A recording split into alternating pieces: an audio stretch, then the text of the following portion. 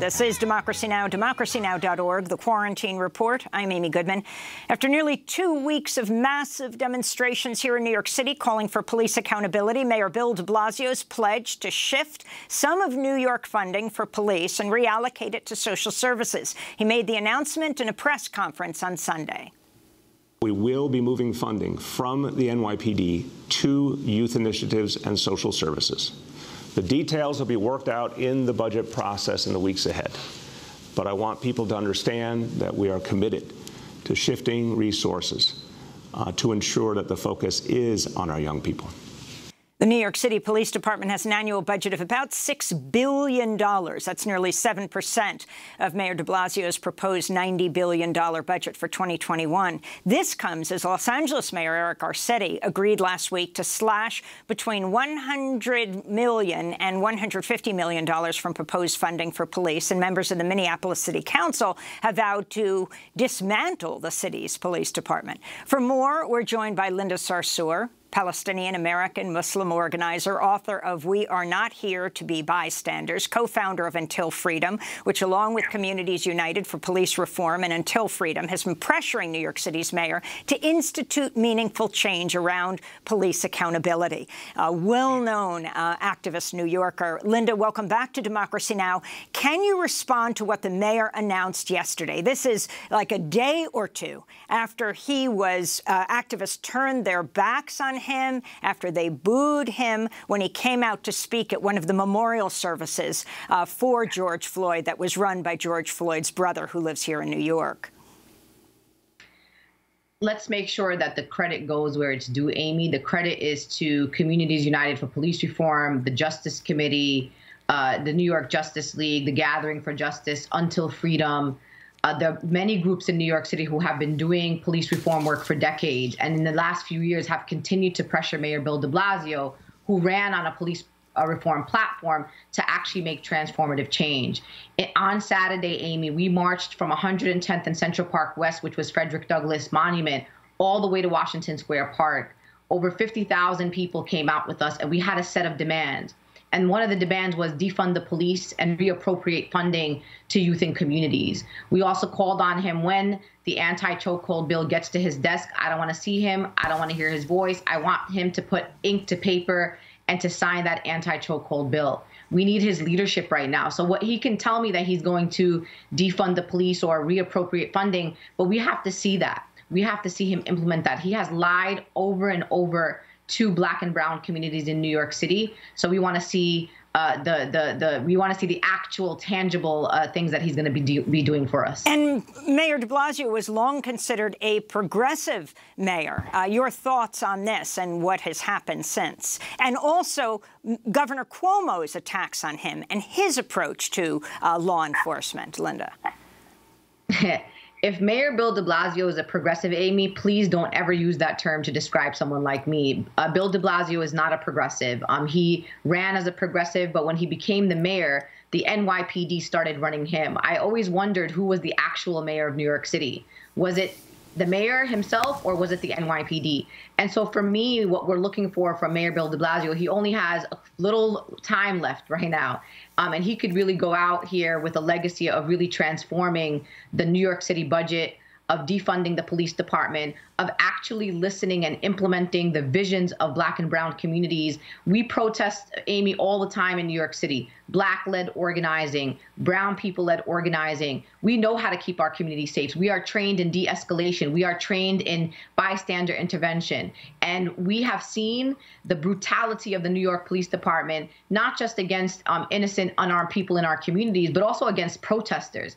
In the largest, or one of the largest democracies in the world, we watched the largest police force, who, you remember, Mayor Bloomberg said that if they were an army, the NYPD, they would be the 7th largest army in the world. And they have been brutalizing protesters across New York City. The mayor has not asked NYPD to stand down, and we're tired of it. And I'm looking forward to seeing the New York City Council also hold the mayor accountable and not doing any handshakes with the budget unless we defund the New York Police Department. So Linda Sarsour, this call to defund the police that is echoing throughout the country, explain exactly what it means. And would you say that it goes along the lines of what the Minneapolis City Council says they're going to do within the next year, and that is dismantle the police department? Is it to completely cut off the $6 billion to the New York Police Department, or reallocate a lot of money? I just want to make it clear that the movement to end police brutality, the movement for the sanctity of Black life, is being led by Black women and Black people, and they have been calling for the abolition of police, many for decades, and some longer than that. So I just want to make it clear that the long-term goal for many in the movement is the abolition of police, is the abolition of prisons. But when we say defund the police today, we do not mean that tomorrow you're going to wake up and not find a single police officer around. That is not what defunding the police means right now at this moment. What it really means, Amy, and it's very rational and it's very reasonable, is that we need to take cops out of our schools, cops out of addressing mental health crises, cops out of addressing homelessness, and reallocate those resources to services, to adequate housing, to case management, to economic opportunities in our community, to reinstate programs like the Summer Youth Employment Program, to make sure that we have, for example, protective equipment for healthcare workers, making sure that we have clinics and hospitals and access to healthcare for Black and brown people, for undocumented people in our communities, better buses and better infrastructure and better transportation. So what we're saying is, let the cops do what the cops are supposed to do. Keep people safe. They are not social workers. They are not mental health professionals. They are not educators. So they are actually engaging in activity that does not match the qualifications nor the criteria of a police officer. That is not what they are trained to do in the police academy. So why are we sending them to address things that have nothing to do with them? So what we're saying is, in New York City, the police department has, one of the largest budgets of any agency. In fact, maybe the largest of all agencies in New York City. All we're saying is, decrease their budget, take that money and reappropriate it into youth, seniors, community development, and with a focus on those who have been the most directly impacted, focused on communities of color, poor working class people. And when you have this conversation, Amy, with people who do not understand what defund the police is, I have not had one conversation with a white ally or a neighbor in a place like Bay Ridge, which has a lot of pro-law enforcement people. People say to me, you make sense. This is absolutely rational. It is absolutely reasonable. So we're not saying, delete the police officers off the face of the earth tomorrow. But what we're saying is reappropriate the funding and let's put it back in the services that our community needs, so we could be healthy, we could be safe, and we could be secure, and we can have communities that thrive and not only survive in New York City. In a little bit of time, I want to ask you about a man who died in captivity, right, in the Metropolitan Detention Center, who was pepper sprayed, Linda. But I first want to go to Mychal Denzel Smith, fellow at Type Media Center, author of Invisible Man, got the whole world watching a young Black man's education. His forthcoming book is Stakes is High, Life After the American Dream. I wanted to ask you about this whole call to defund the police, Mychal, and also Governor Cuomo's discussion of what he's calling the Say Their Name bill. This is at the New York State level. He says the next wave of reform will be shift funding from NYPD to youth and social services, reform 50A, transparency. Well, that was what the mayor is calling for. But the governor, in their Say Their Name bill, is calling for a number of different demands. And I want to get your sense of what exactly that Say Their Name bill means when he says more transparency, the New York Attorney General will be in charge of prosecution of police, there should be no chokeholds, and other issues, Mychal. Well, those are things that are, on the back end of this issue, right? Like the defund the police demand is an abolitionist demand. One, we have to understand it and recognize it as such. The shifting of funds from the police department currently, as you stated, the New York City Police Department's budget, nearly $6 billion, almost $2 billion in Los Angeles, constituting almost 18% of their city budget. It's similar numbers in Chicago and other large cities. The those are funds that could go toward building the type of institutions and infrastructure for the health and safety of people. Like Linda was just saying, you can invest that money in things that people actually need. I mean, the one thing that has come of this global pandemic of COVID-19 is an understanding of what constitutes essential. What do we actually need? And police have shown that they are inessential. They are not there to do what people imagine them to do. They don't protect and they don't serve unless you are rich and white. And so in that instance, if you continue to fund the police at the rates that you do, and you are denying other services those funds, what you set up is an untenable situation in which you always need the police because a system of inequality requires that violent enforcer when there are uprisings, as we've seen the police enact in the suppression of these uprisings in the past couple weeks. So the call for defunding the police really is sort of the first thing, right? It is one of the first demands. It goes along with decriminalization. It goes along with the building of new institutions that are actually community-oriented safety measures, and also getting rid of white supremacist, heteropatriarchal capitalism, taking a shot right at the heart of what that means and how that is undergirding every institution in the United States. Defunding the police is one step toward that, and it's a crucial step because it gets people to understand that they have prioritized the police in ways that are unhealthy for so many of us, that are dangerous, that threaten our lives. Let me ask you about Campaign Zero, efforts at reform. They released an 8 Can't Wait campaign with 8 reforms they claim would reduce police killings by almost 3/4. Abolitionists are responding with an 8 to Abolition platform. Explain all of that.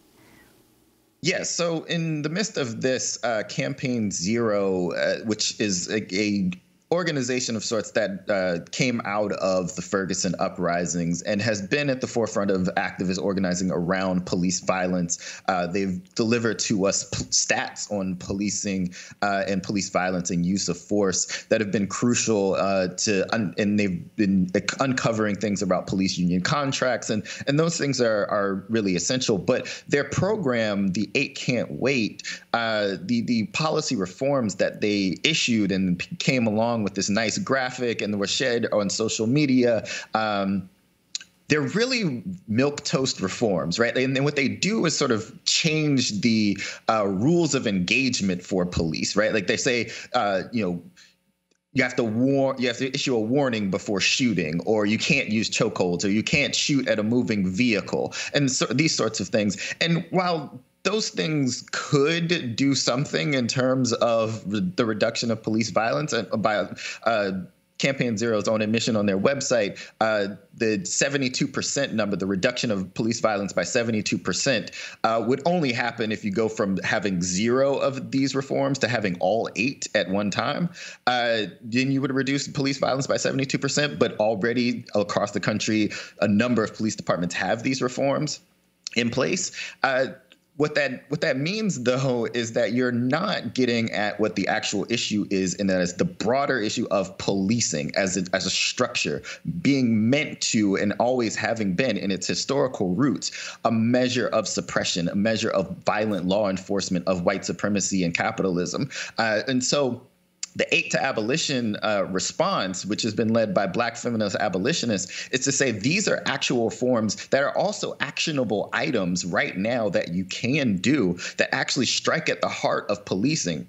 It reduces points of contact with police so that we don't have we remove police from schools. We're decriminalizing so that we have fewer interactions with police. We're setting up community-led conflict resolution so that people don't call the police for these minor conflicts, such as like noise complaints or parking violations and stuff like that, that could be handled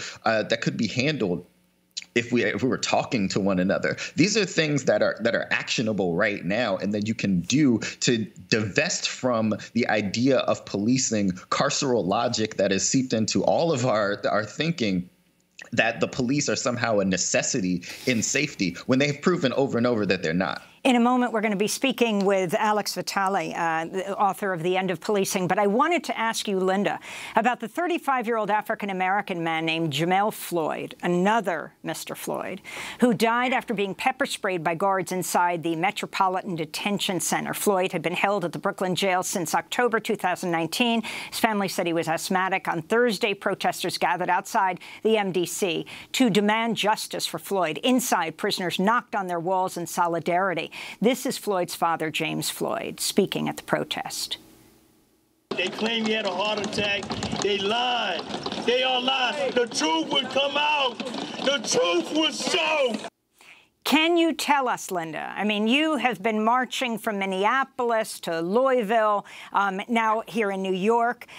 You've been involved with this, protesting this case. We just have 30 seconds, but if you can tell us what happened to Jamel Floyd. I have been in touch with the family and working with them. This is a 35-year-old man who was about to be released from prison very soon. MDC is for people who are pre-trial or about to be released, so they are not a threat.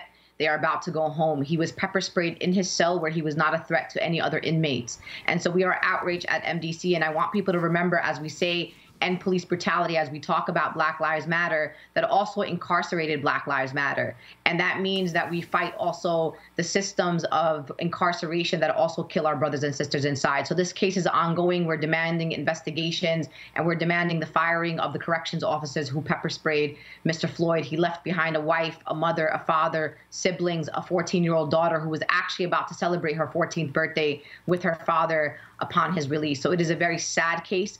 And it should never have happened. And we need New York City to also focus not only on our brother George Floyd, but also on justice for Jamel Floyd. We want to thank you for being with us, Linda Sarsour, co-founder of Until Freedom. Mychal Denzel Smith, author of Invisible Man, got the whole world watching a young black man's education. When we come back, we'll speak with Professor Alex Vitale, author of The End of Policing. We'll be back in 30 seconds.